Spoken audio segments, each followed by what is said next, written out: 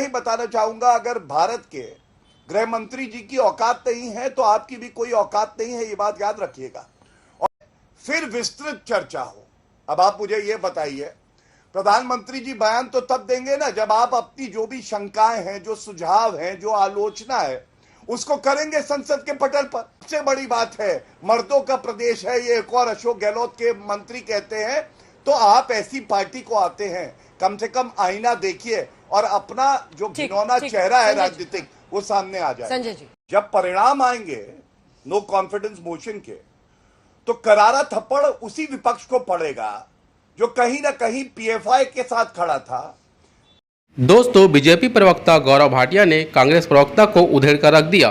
Video को अंत तक जरूर देखें। दोस्तों, अगर आप वीडियो पर नए हैं तो वीडियो को लाइक करें और हमारे सिम्बा डिबेट चैनल को सब्सक्राइब कर हमें सपोर्ट करें।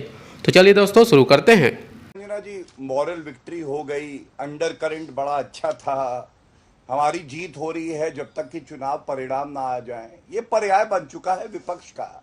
ये सब इन्हीं को करने दीजिए, अच्छा लगता है। मैं केवल एक बात जानता हूं, जब परिणाम आएंगे नो कॉन्फिडेंस मोशन के, तो करारा थप्पड़ उसी विपक्ष को पड़ेगा जो कहीं ना कहीं पीएफआई के साथ खड़ा था। जो लोग आतंकी गतिविधियों में लिप्त थे उनके मुकदमे वापस ले रहा था, जो लोग हिंदू आतंकवाद का आविष्कार करते हैं।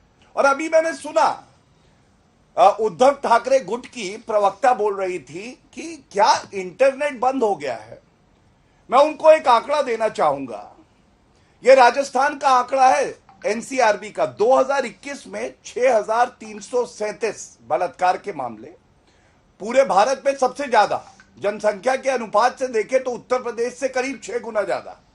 2020 में 5,310 महिलाओं के साथ रेप हुआ, 2019 में 5,997। ये महिलाएं न्याय मांगती हैं और जो सुन रही होंगी, एक महिला प्रवक्ता आके कहती है तुम इंतजार करो क्योंकि तुम्हारे साथ जो हुआ वो इतनी बड़ी घटना नहीं है, इंटरनेट बैन नहीं हुआ। ये गजब का तर्क है। पश्चिम बंगाल में 52 नागरिकों की जान चली गई, महिलाओं के साथ बलात्कार हुआ, क्या क्या नहीं हुआ, निर्वस्त्र किया गया। कलकत्ता हाईकोर्ट ने फटकार लगाई सरकार को। आप बताइए, ये जो आय है 4 बिंदु वाला, इस आय में किसने बोला कि जो पश्चिम बंगाल में हो रहा है ये लोकतंत्र का गला घोटा जा रहा है? अंजना जी, किसी ने नहीं बोला। ये क्या दर्शाता है?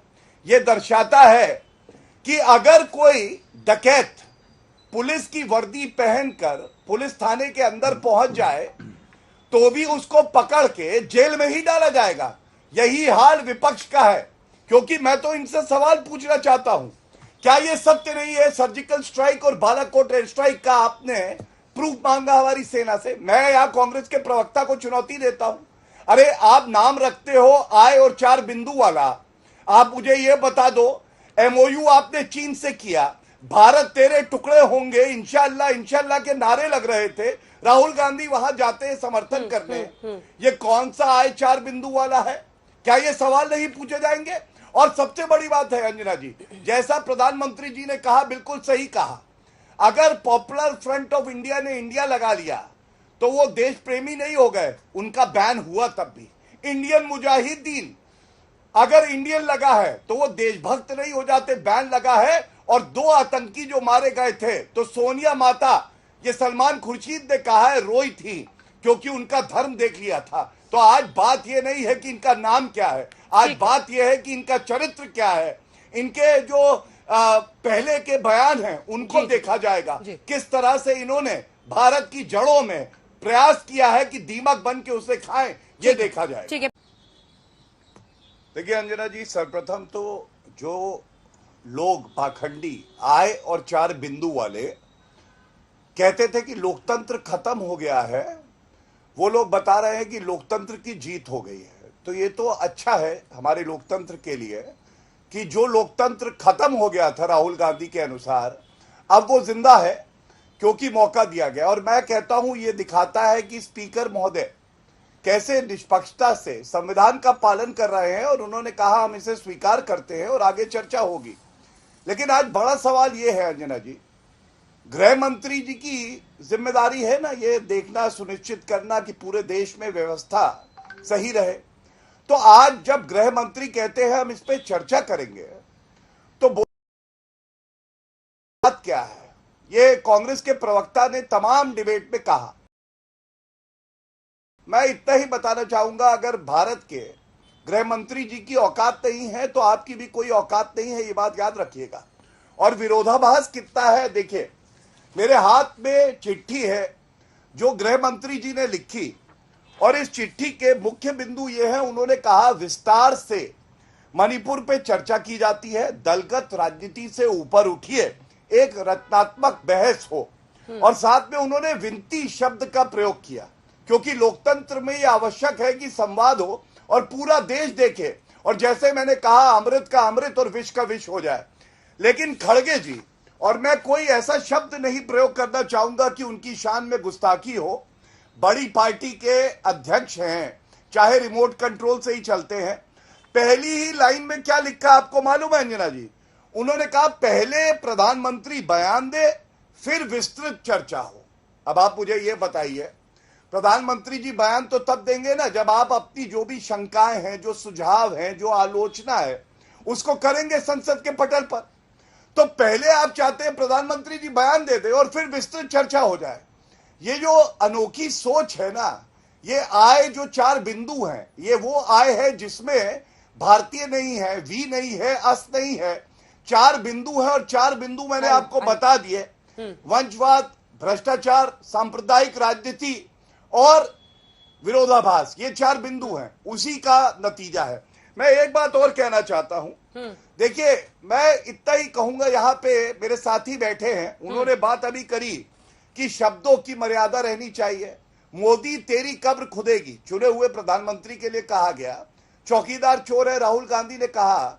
और संजय निरुपम जी, आपने तो खुद स्मृति ईरानी जी के लिए कहा कुछ समय पहले नाच गाना करती थी। मैं केवल इतना कहूंगा, आज कम से कम माफी मांगेंगे। अगर महिला अस्मिता की बात करेंगे तो ये उत्तर भी दीजिएगा कि राजस्थान में 6300 बलात्कार की घटनाएं होती है। अशोक गहलोत कहते हैं 50% फर्जी हैं। छत्तीसगढ़ का मंत्री कहता है कि छोटा रेप है। और सबसे बड़ी बात है, मर्दों का प्रदेश है, ये एक और अशोक गहलोत के मंत्री कहते हैं। तो आप ऐसी पार्टी को आते हैं, कम से कम आईना देखिए और अपना जो घिनौना चेहरा है राजनीतिक, वो सामने आ जाए। संजय जी, ऐसा है अंजना जी, सबसे पहले महिलाओं का कहीं भी अपमान हो रहा है, महिलाओं के साथ कहीं भी दुर्व्यवहार हो रहा है या यौन शोषण हो रहा है, अपने आप में एक बहुत गंभीर मुद्दा है और संवेदनशील मुद्दा है, और निश्चित तौर पर इस पर चर्चा भी होनी चाहिए और ऐसे अपराधियों के खिलाफ कार्रवाई भी होनी चाहिए, चाहे वो राजस्थान हो या छत्तीसगढ़ हो। हम इसको कम नहीं आंक रहे हैं। लेकिन मणिपुर एक सीमावर्ती प्रांत है। मणिपुर लगभग 3 महीने से जल रहा है। मणिपुर में 2 कम्युनिटी एक दूसरे के खिलाफ तलवार लेके, बंदूक लेके, मशीन गन लेकर निकल पड़े। गांव के गांव, घर के घर जलाए जा रहे हैं। 150 से ज्यादा महिलाओं के साथ बलात्कार के केसेस निकल के आए हैं, बल्कि उससे ज्यादा, 150 से ज्यादा तो लोगों की जाने गई हैं। हजारों, 60-70 हजार लोग वहां राहत कैंपों में रह रहे हैं। तो यह एक सिर्फ लॉ एंड ऑर्डर का इश्यू नहीं है, यह राष्ट्रीय सुरक्षा से जुड़ा प्रश्न है, क्योंकि वही चीन है, वही म्यांमार है। तो ऐसे में राष्ट्रीय सुरक्षा के प्रश्न पर निश्चित तौर पर पूरे देश की अपेक्षा है कि प्रधानमंत्री, जो हमारे सबसे बड़े नेता हैं, जो इस देश का नेतृत्व करते हैं, हमारे रहबर हैं, वो आए और सदन में खड़े होकर के पूरे देश के सामने मणिपुर की स्थिति के बारे में अपनी बात स्पष्ट करें। गृह मंत्री का निश्चित तौर पर एक अपना रोल होता है, उनकी एक बड़ी भूमिका है। लेकिन मणिपुर महज एक लॉ एंड ऑर्डर का विषय नहीं है, मणिपुर एक राष्ट्रीय सुरक्षा का बड़ा विषय, ऐसा मेरा मानना है।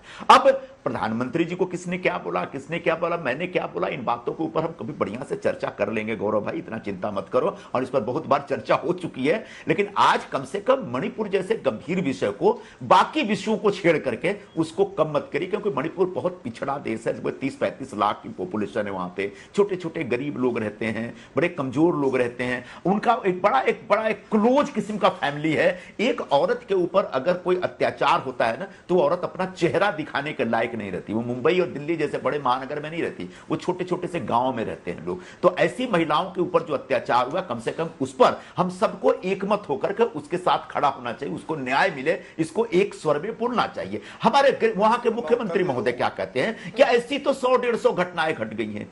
यह मुख्यमंत्री को शर्म आनी चाहिए। मुख्यमंत्री को 4 बार सोचना चाहिए ऐसी बात कहने से पहले। आप मुख्यमंत्री हैं, आपके प्रदेश में ऐसी 100-150 घटनाएं घट गई और आपने कोई एक्शन लिया या एक्शन रिपोर्ट या कुछ डिटेल नहीं दे रहे, तो ये निश्चित तो वहां पर राष्ट्रपति शासन लागू करना पड़ेगा। राज्यपाल हतबल है, राज्यपाल हतबल हो चुकी है, वो पूरी तरह हेल्पलेस है। तो ऐसे में प्रधानमंत्री को स्टेटमेंट करना चाहिए। ये विपक्ष का आग्रह, मुझे लगता है इस आग्रह का